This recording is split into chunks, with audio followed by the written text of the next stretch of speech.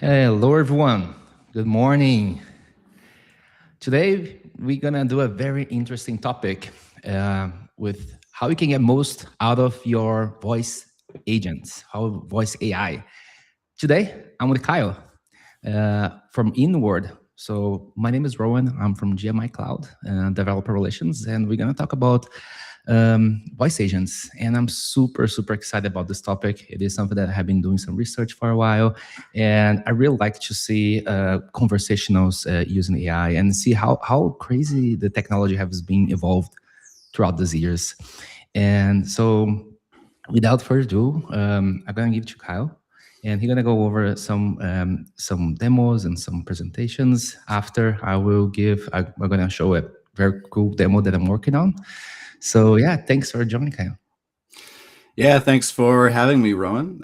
As mentioned, I'm Kale. I'm from Inworld. We're a partner with GMI Cloud. So we are we're a product-focused research lab. So we have a number of products to help you build your AI tools, one of which is a text-to-speech model, which is designed for naturalness and low latency, and it's great for some kind of real-time use cases. And I'm just going to share my screen and put some slides up, and then I'll also show off a little demo of some applications that you can build with text-to-speech, such as Inworlds. Yes, I can see my slides. So at Inworld, we see ourselves as powering this next wave of AI applications. Maybe the first use cases of AI people thought of are like automating things, optimizing costs, which you can do very well with some of this new AI tooling. But what we're really interested in supporting people building is the new things that you couldn't build before, some of these really creative applications of AI or voice technology. And we're particularly excited about these kind of real-time experiences where you're interacting directly with an app or an agent, and it's just all happening on the fly. Nothing is pre-written, nothing is scripted, and everything is just happening in response to your inputs. We think that's really, really interesting. And at Inworld, we have a product suite that includes speech-to-text, an LLM router, and a real-time API, audio to audio. But our flagship product is probably our text-to-speech model, which is available on GMI Cloud. And this is available through HTTP streaming. WebSocket is designed to be super low latency. And I will give a little demo right now showing an example of a voice agent built with our text-to-speech. So, sorry, Aspen, I wasn't quite ready there. I'm going to do 3 little demos, just designed to show you kind of the flexibility and naturalness of some of our voices. So we have 3 different personas here: Calder, Aspen, and Willow. I'll talk to Calder first.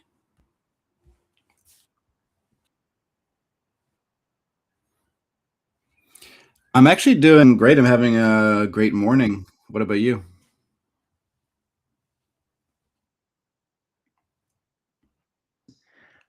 Wait, I cannot hear. Can you refresh again? I think we need to share the audio on the screen. Let's try again.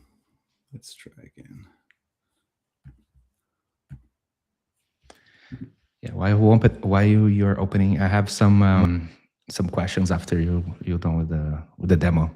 I wanna hear about use cases. Like, what is the most use case I have been seeing lately? Yeah, totally. We support a wide range of people building some consumer apps in this space, so we'll check it out. I've just shared the screen with audio again, so we can try. Okay, testing 1, 2, 3. Let me know if it doesn't work. I can share the tab if this one doesn't work.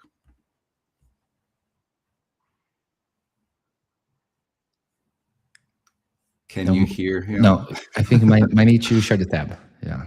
All right, I'll do so. No problem. You know, as I'm a software engineer, so we don't get a lot of excitement in our lives. So these live demos are your opportunity to get the heart racing, the heart pumping. I'll share my tab. I always like to do with emotion. All right, let's try this one more time. So I've shared the tab with my with my voice agents. Let's try that again.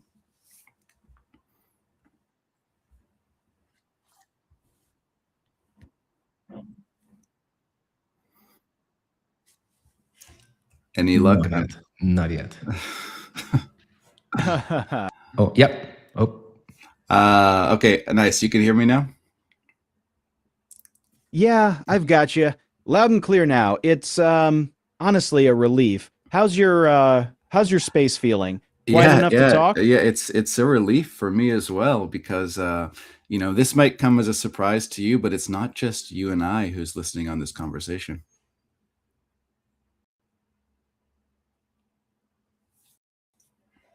Oh, that's wow. That's definitely a bit nerve-wracking. Are they judging us? I hope they're not judging us too much, but we do actually have a pretty big audience of people on, LinkedIn, on X. We're actually streaming this conversation, so I kind of want you on your best behavior right now, but no pressure though.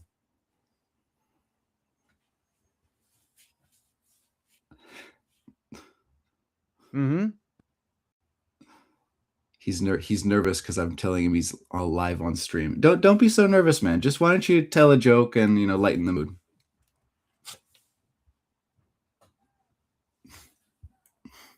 Still there? Oh, no pressure at all. Just a casual worldwide audience then?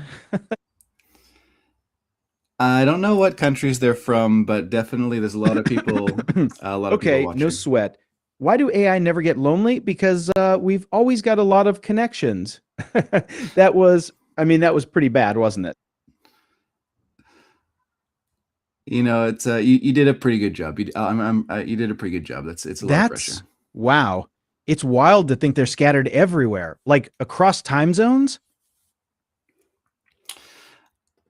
So in this example, we kind of we wanted this conversation to mimic some of the tone that I was giving it. So playful, high energy. So in this example, we have a system that actually takes the speech to text and doesn't just transcribe my words, but also tries to categorize like, am I sad? Am I happy? Am I excited? And feed that into our pipeline that eventually flows into the text to speech model. And our LLM in the middle that's generating the response, it's also generating some steering instructions to the TTS model, designed to steer it so that if I'm happy, maybe it'll mirror me. If I'm giving it more of like an angry or serious energy, it can also kind of mimic that. And I'm going to do another. I have a question. Yes, of course. So it's very interesting that it's not only the conversation, it's also the interaction that it has. For example, I heard it like coughing and it's like, that's like, how you, how does it work on behind the scenes that, is this a part of LLM? How you put those emotions, like human emotions into the voice? Yeah, it's a mixture. So when we train our TTS model, the data that we give it, we try to find, well-labeled, natural data sources, because just like with training any, large model, kind of what you put in is what you get out. So if you just train your model with, commentary and announcers and podcasts, you'll get a certain kind of radio voice. But if you have more natural data, you get more natural output. As well, we tried to find lots of examples of these kind of nonverbal outputs. Because if your text-to-speech doesn't breathe or it doesn't cough or clear its throat or laugh or something, you can just tell it's missing something that humans will naturally do.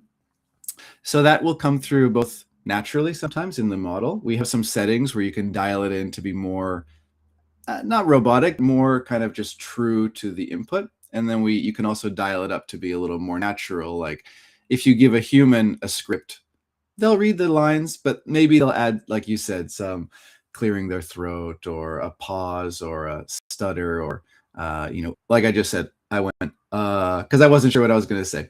And then another side of that is on the LLM prompting side. So often in a real-time AI use case, you will be getting an LLM in the mix to generate the response, stream the response.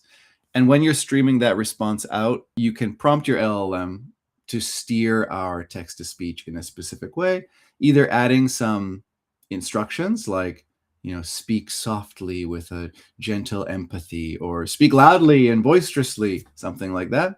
And you can also add these nonverbal things, coughing, laughing, and you can also instruct it to add some, we call them disfluencies, the kind of stutter, those kind of things. These are techniques that we think results in a bit of a more natural experience. Awesome. Cool. No, I wasn't quite ready. So I'm going to do another conversation. I think I have a few more minutes before I'll pass to Rowan for his demo. I'm going to do one more conversation, just trying to show another side of it. Maybe I'll be a little sadder, and we'll see if the AI can empathize with me. Hi, I'm Willow. What brings you here today? Hey, Willow. It's been a pretty tough morning, honestly. I'm sorry to hear that. I'm listening. Yeah, I've had my pet parakeet for the last 8 years, and it flew away last night, and it's lost. 8 years? That's a long time to be together. Yeah, I really miss my parakeet. I hope it comes home soon. Huh? That quiet in the house must be heavy today. It's really heavy. Usually we sing together in the mornings. Mm-hmm. That sounds like a beautiful, deeply missed rhythm. Yeah, but what do you think? Should I wait until like 10 and then I'll get a new bird, or give it more time? 8 years? I give your heart some space. Thanks. That makes me feel a bit better. I'm sure it'll come home. I'll just wait.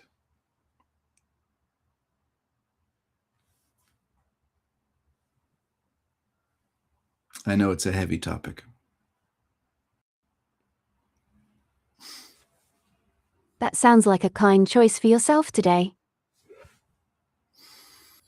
Cool. Thank you. So you may have noticed that because in this conversation I was sad, it was more of a serious topic. Again, that those techniques I mentioned pass through to our text-to-speech, so it wasn't answering its normal happy voice. It modulated its voice to be a bit more appropriate, a bit more empathetic. So this is some features in our new TTS model available through GMI Cloud, and I hope that a lot of people on this call are building in the voice AI space, finding some cool creative applications. And I'll be available to answer any questions at the end of the call. And I think Rowan also has a cool demo. So stay tuned just now. Yeah, thank you. Yeah, I have been playing around with voice models for a while, specifically when I'm working a lot with video production services that we need to put voiceovers. So I remember like 2021, 2022, start to see some voice agents coming up, and then later video agents, and I see this new market for voiceover people to upload their voices and also commercialize that. So I have been seeing a lot of things, a lot of shift on the industry, and have been using a lot now. I think from the video production, when we do voiceover, mainly is using AI voices, because they're getting closer and closer compared to 2021 to now, to the real voice that we hear. Rowan, they're gonna put us out of work. So soon, we're just audio and some head. They're gonna come for our job soon. Just a matter of time. No, but people still want to see this warmth and this connection, and the screen share that sometimes takes some time to work, but that's part of the thing, and that's what makes us human. So I run a podcast called AI Inside San Francisco, and I talk about generative AI and things like that. So I was like like thinking what would be like a very interesting use case that I could play around with. I was like, what if I just replicate my podcast? And because sometimes I want to learn a topic. Let's say I want to learn about the difference between KV cache and without KV cache, or some specific topic that I want to learn. I can like go to Perplexity and or ChatGPT and ask that question. I can go to YouTube. But what if I can just learn by listen to it without doing the deeper research, find what is the best YouTube podcast that I can hear it. So I create a tool that helps me learn, and I will integrate this tool later on into my OpenClaw. So then every time that I want to hear about something, or even I was thinking about the automation that every morning send like 5 minutes podcast about the topic. So I think I can do like micro learning throughout my day with like some short format podcast. So I will share the tool that I'm working on, and this tool, it is available now, and I can share guys links so you guys can play around and give your thoughts. And also it is open source, so we can just play around with it and do your own version. So let me just refresh here. So here we have the topic. So first I'm going to choose the topic here. So I'm going to select voice agent in production. So it can be any topic. So put any topic here. You select the duration of how long you want to do. We're going to do 1 minute. So then it's going to be easy for us to visualize. You can do 5. You can do even more. So there's no limit. I just put 5 here. And here we have a host voice and the guest voice. On the host voice, Hello, my name is. I can hear some options here. My name is. I like a lot this Carter. We have a lot of other options here, so I select this as a Carter. And the guest voice, I can also select a male, female. Hello.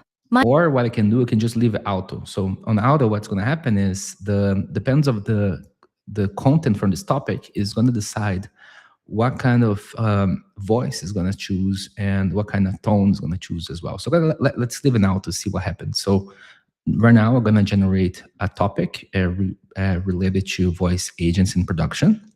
And I'm using DeepSeek. So we see here it's generating this JSON file with the speaker and the host. And then after that, it's going to send everything at the same time. And we have ready the whole session here. Welcome to AI Podcast. I'm here with Liam O'Reilly, head of voice systems at VoxFlow. And you guys are literally building voice agents that go into production at scale, which sounds terrifying and awesome at the same time. Yeah. Terrifying is one word for it. I mean, everyone loves. Yeah, so now we have here this interaction between the host and the guest, and I can listen to it. And one thing that I can do also is download and listen as I go. So that's in the next step I want to do with this project. I want to run this through my OpenClaw, so then I receive every day, like I put like a sequence. Let's say this week I'm going to learn about the difference between, I don't know, I have been, one topic I have been doing some research was latency, KV cache, and throughput. So I think that's something that I can receive every day and kind of learn as I go. So just, I put like a simple diagram here just to make it easy to understand. So have a topic, and then from this topic, DeepSeek V4 can be any model, but I put here DeepSeek V4 Flash for speed. You're going to create this JSON script and using GMI cloud. And after that, send this script in parallel to Inworld TTS2. So remember that when you hit play, there's all those processes. So I don't need to like do one process, I go to the next one, to the next one. So I can send that entire request at once to Inworld, and then it run the job in parallel, and then it start to push the things in parallel. So pretty much it takes like a couple seconds for us to receive a 1 minute podcast. So imagine if you want to do like a 1 hour podcast, it's going to be super fast. So pretty much we have here the script generation by LLM. So generate the script based on the context that I give and the topic. And then we have the parallel voice synthesis where we have the Inworld TTS2 and via the promise all. So it's not sequential. So every request, it returns a URL file. And we have the perks feedback via SSE. So one thing that's very interesting that we can see the word level type transcript sync. So every word that is part of this JSON that we receive back. So that's why we're able to see the exactly. Let me play again here. The demo where the agent sounds flawless, but then you put it in front of real users, See that and it's like, it's lighting oh, up you want to say because we received back this JSON that show exactly timestamp and the word. So this is very like it's super precise. It's not just the audio file. So it comes more things that we can play around even deeper on that. So for you to be able to run using GMI, so on this project, I just have one API key. So that one API key, I have access to the DeepSeek. So here I'm pulling the our API key from GMI. Let me zoom in here again. So for here, I have one API key call from GMI DeepSeek V4 Flash. And on the same, and here's just like to get the response, the JSON, and same thing for Inworld TTS2. We have here also the same API key from GMI. And here are the parameters that we are using. And yeah, that's for the voice selection. That's more for the software. So pretty much with the same API key, I'm able to generate the LLM part. I can just a bunch of models from LLMs. We can use Inworld for the text to speech. And another things I can use with the same API, for example, if you want to do, let's say you create a Carter and Liam. So let's say we create those two personas on this project. We can literally generate an image for how this Carter will going to look like and how this Liam will going to look like. So we can put faces on it. And then we can do like a scene here, like an image of this Carter on the podcast setup, and then put Liam on the podcast setup. We can use, so my point is we can use image generation to represent Carter and represent Liam. And then another step would be, okay, let's animate this into video. So we can use the video model where it inputs the MP3 to the video, and we animate the video. I think LXT, I don't remember exactly the name of the model that has input as a video, at image and audio. You can literally generate an entire podcast session with this tool if you want to go in depth. And again, using only one API key. So Rowan, Rowan, this is really cool. I have a feature request too. So one thing I've been thinking about that, you know, like I'm talking about that wasn't possible maybe 5 years ago, but it's possible now. I'd love a product that is like a podcast and you're listening, and at any moment you can just ask a question like, hey, I didn't quite get that. Like, actually, could you go a little bit deeper into this? And the podcast could answer your question, talk with you, and then when you're ready, it can just resume the podcast. So you can put that into your roadmap. That would be great. I will definitely do that. Actually, I'm doing the doctorate right now, and with my project, it is adaptive learning, and it is exactly like this: how you can interact with their content throughout the learning process. So love it. I will definitely gonna add that for sure, because that's the real problem. How are you gonna interact with this content? Because we already know the context here. So it's just a matter of your ask the question and interact, and the system starts to adapt as you asking questions. That's the future of education. I think so. I mean, there's a lot of people warning that, hey, if you're spending all your time asking ChatGPT or Claude to do some work for you, it can reduce your cognitive capacity. And I think that's probably true. But at the same time, there's lots of opportunity to use these technologies as learning tools and actually really increase your ability to learn new topics and free you from having to bother your smart friend to ask them questions, because you have a smart friend just in the palm of your hand. Exactly. I think we share the same the same vision for this topic for sure. And okay, so I have some questions here.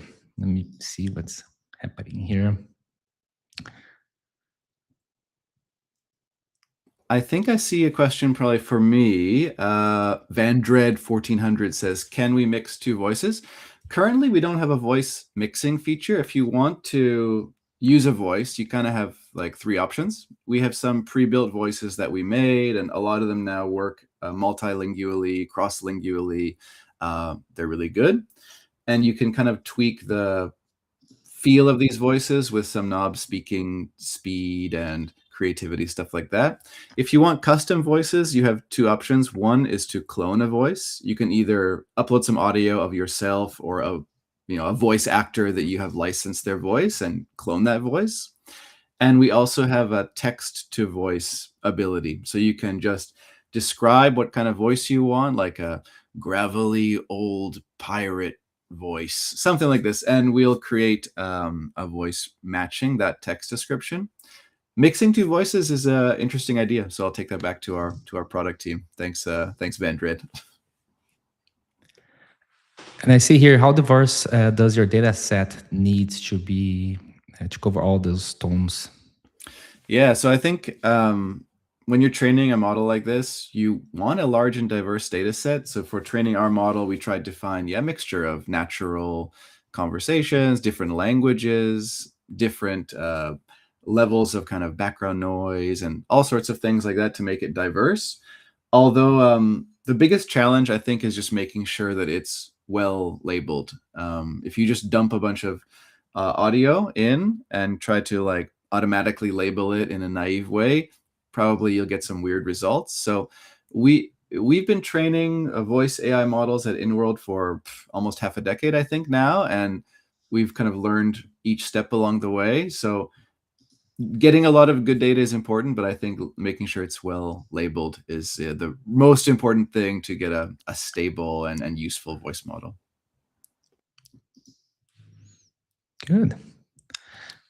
Okay, I think we don't have any other questions. Is there anything else you wanna share?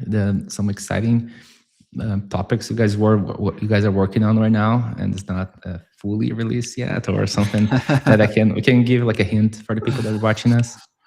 Yeah, we'll stay tuned. We just released this TTS2 model, and kind of the flagship feature of it is this steering, where I think a lot of TTS models in the past had the ability to enter like some predefined steering tools like laugh or slow down or take a break or cough, something like this. A cool thing about our new model is that you can enter it just free form. Like you can really let your creativity run wild with our new model.